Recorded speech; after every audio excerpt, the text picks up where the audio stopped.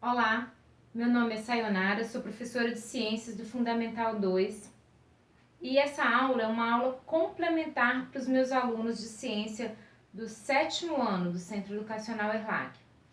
Essa aula de hoje, ela faz parte na apostila do capítulo 5, né? A partir da página 75. Então, nós vamos tratar hoje da origem da vida e das espécies. Primeira coisa que a gente tem que ter em mente é que como a vida se originou, como as espécies se originaram, o ser humano, o homem, ele sempre está tentando classificar, entender, compreender, raciocinar, né? O raciocínio lógico. Então, o homem, ele tem essa ânsia, né? De compreender, de explicar o mundo, a vida, o que ele percebe no seu dia a dia, no seu cotidiano, qual é a sua origem, de onde que ele veio, né? Isso é uma ânsia do ser humano, porque ele tem um intelecto e ele quer então raciocinar, né? Ele quer ver uma lógica na sua existência, né? Então, e na existência das espécies, né? Então, muitas teorias, muitas filosofias e muitas coisas giram em torno dessa tentativa de entender a origem da vida, né? Origem da vida, origem da matéria, origem do universo, né? E nós estamos tratando aqui agora de uma explicação, né, da evolução, né, de como que as espécies foram, durante milhares e milhares de anos, como que elas foram se desenvolvendo, né, evoluindo, né. Então, ao longo do tempo, muitos seres vivos desapareceram e outros se originaram na Terra, né. As primeiras explicações sobre a origem das espécies transmitiam a ideia de que as espécies não mudam com o passar do tempo. Essa teoria é a teoria do fixismo, criada por Lamarck, que propunha, primeiro, né, a lei do uso e do desuso. Então, a girafa ela tem um pescoço comprido porque ela foi usando muito o pescoço e tal, e o pescoço foi esticando e ficou. Ficou assim porque ela desculpa, ela foi uma necessidade, né? Ela usou muito, né, o pescoço e aí o pescoço ficou comprido, né? Na época, né, isso é uma explicação, né? A gente vai melhorando o raciocínio, né? E ele ainda falava assim que essa característica, por ela ter adquirido, ela vai passar para os descendentes, né? Então é a teoria do uso e do desuso. E essa característica, isso aí, ela vai passar para os descendentes. A mesma coisa vale para se o organismo, se o animal não usa, né? Não usa um determinado órgão, não usa visão. Então ele vai começar a não ter a visão e vai passar isso para os seus descendentes, né? Mas a gente viu, né? A gente sabe que com o passar do tempo, essa teoria, né, não deu, não tá furada. Então veio a teoria da evolução, né? A teoria da evolução fala que a evolução é um processo que envolve as modificações sofridas pelos organismos com o passar do tempo, que possibilitam a eles características mais adequadas ao ambiente, né?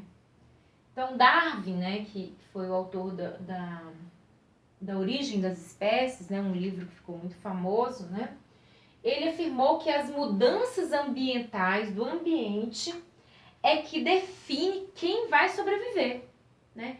Então, nas viagens dele, uma viagem grande que ele fez, né, ele visitou vários países e ilhas e ele foi observando os animais, né, e ele percebeu que os animais, eles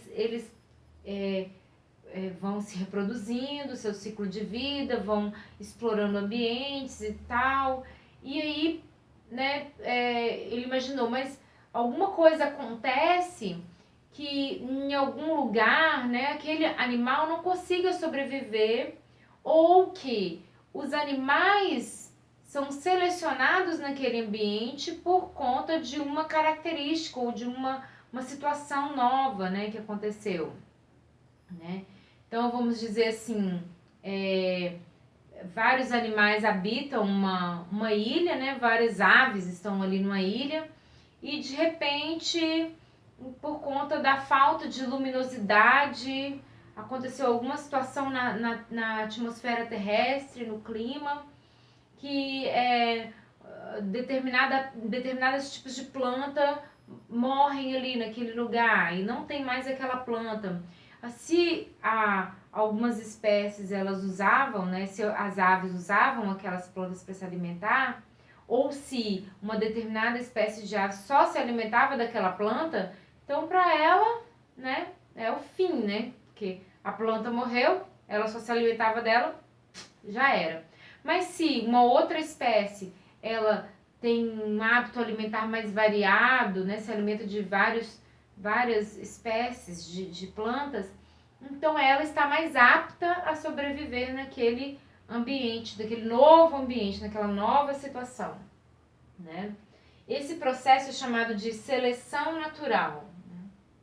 E a seleção natural ela é muito difundida no nosso meio científico, né? Respeitada e aprovada por vários cientistas, né? E no livro está incluso também o criacionismo, né? Mas o criacionismo aí, de uma maneira um pouco fixista, né? Como se foi criado, Deus criou o homem e não teve evolução, não tem, né? Eles até falam de uma maneira que aborda o sistema solar, né? A formação do universo, né? Claro, como professora de ciências, eu sei, e sei que meus alunos também, o criacionismo, da forma como os cientistas colocam como teoria, né, estipulam como teoria, não é na verdade o que a religião tem nos passado, né, ou algumas religiões nos têm passado. Independente de religiosidade, né, tem um cientista muito famoso e eu respeito muito ele, é Francis Collins. Ele foi o cientista-chefe, né, o organizador, o que liderou o projeto Genoma, que foi um projeto reconhecido mundialmente pelo mapeamento genético do ser humano. E ele tem uma frase muito legal, eu gosto de usar ela. E gosto de falar na teoria do criacionismo, né, estipulada pelos cientistas, eu gosto de citar ela para lembrar que há sempre uma divisão entre o que o raciocínio humano alcança e entre o que se acredita na religião, né? Então ele fala assim: eu vejo a mão de Deus trabalhando através dos mecanismos de evolução. Se Deus escolheu criar seres humanos à sua imagem e semelhança e decidiu que os mecanismos da evolução fossem um elegante modo de cumprir esse objetivo, quem somos nós para dizer que não foi assim? Francis Collins, só uma citação. Então vamos lá. Classificação dos seres vivos. E aqui eu já entro no capítulo 6, né? Capítulo 6, seres vivos, classificação e nomenclatura. Então, por que eu tenho que classificar os seres vivos, professora? Então, nós, como eu estava falando antes, precisamos de organizar. Tudo se compreende melhor e tudo flui melhor com uma organização. Então, os cientistas resolveram organizar, né, os seres vivos, tudo isso que existe aí, porque é uma biodiversidade enorme, né? Organizar de uma forma padrão para como organizar as espécies. Então, Linneu, né, em 1707, 1778, ele dividiu, então, os seres vivos em 7 categorias. E é o que é mais aceito, né, o que virou padrão. Ele dividiu em reino, filo, classe, ordem, família, gênero e espécie. A gente chama também de reficofagem, né? Então, re de reino, fi de filo, reficou, o C de classe, O de ordem, fage, F de família, G de gênero e E de espécie. Né? Então, sendo que a espécie é a unidade básica, vamos dizer assim, é o ser vivo que está sendo analisado, né? Então, a espécie é a unidade básica de classificação de todos os seres vivos. Então, você estuda, analisa aquela espécie, vê quais as características que ela tem para poder classificar ela. Então, são indivíduos... O que é espécie? São indivíduos que são semelhantes entre si e que têm a capacidade de se cruzarem, de se reproduzirem entre si, gerando descendentes que sejam férteis, que vão ter a mesma capacidade de se reproduzir entre si e gerar descendentes férteis. Então, Linneu, ele escolheu o latim como língua para designar os nomes científicos. Ah, professora, por que o latim? Porque o latim é uma língua morta, ela não pertence a nenhum país hoje, né? Ela não é de uma nação em si. Então, ela pode ser usada por todos, tá bom? Sem ter, falar assim que deu preferência para um, que deu preferência. Então, é latim, tá bom? Mas aí vem um exemplo, né, que eu quero lembrar aqui. Então, se é para gerar descendentes férteis, né, então, quando eu cruzo uma égua, né, com um jumento, né, eu tenho o burro ou a mula, né, e o burro e a mula, eles não são férteis, eles são indivíduos híbridos, são inférteis. Então, eu posso até cruzar espécies diferentes, mas não quer dizer que esse indivíduo novo gerado seja uma espécie nova, entendem? Uma espécie fértil, uma espécie que vai ter, né, descendentes, tá bom? Então ela fica sendo chamada de um híbrido, tá bom? Como se escreve o nome de uma espécie? Então, existem regras para se escrever o nome de uma espécie. Primeira regra, tem que ser em latim. Tem que ter o gênero e o nome específico, né? Então, são duas palavras, sendo a primeira a do gênero, a segunda o nome específico. A primeira, que é o gênero, ela tem que estar sempre com a primeira letra maiúscula. E a segunda, que é o nome específico, sempre minúscula, tá bom?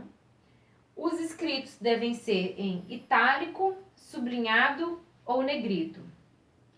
Como no caderninho de vocês, né? Quando eu for olhar, o que eu tenho que identificar? Itálico não dá muito no caderno, né, na escrita. Mas o que você pode? Sublinhar, né? Então, o ideal que eu recomendo e peço que se faça para os meus alunos quando forem escrever, passar no caderno, seja sublinhar, tá bom? Sublinhar cada frase em específico. Mas, quando for digitar, pode colocar em itálico, pode colocar em negrito, tá bom? Sem problemas. O que é uma subespécie, né? Subespécie ou raça são seres de uma mesma espécie que apresentam algumas características evolutivas diferentes. Observação: a origem dessas diferenças pode ocorrer quando os indivíduos de uma espécie se separam no espaço, né? Por alguma questão assim de separação de continentes, igual aconteceu já a deriva continental, lembram que a gente já estudou? Então, essas subespécies, né?